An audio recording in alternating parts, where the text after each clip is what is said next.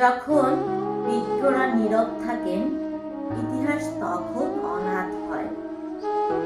এই একটি বাক্যই আজ যথেষ্ট, কারণ আজ ইতিহাস কাঁদছে আর বিজ্ঞরা ব্যস্ত কনসার্টের সেলফিতে, লাল সবুজ পোশাকের সাজানো ফেসবুক ফ্রেমে। আমি অবাক হই, ভীষণ অবাক হই।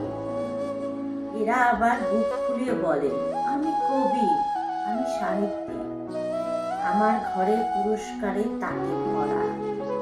কিন্তু প্রশ্ন করি, এই পুরস্কার কিসের জন্য? নীরবতার জন্য? দায়িত্ব এড়িয়ে যাওয়ার জন্য? ইতিহাসের সামনে চোখ বন্ধ করে থাকার জন্য? আজ বিজয় দিবস। কেউ গেল কনসার্ট দেখতে, কারো স্টোরিতে গান,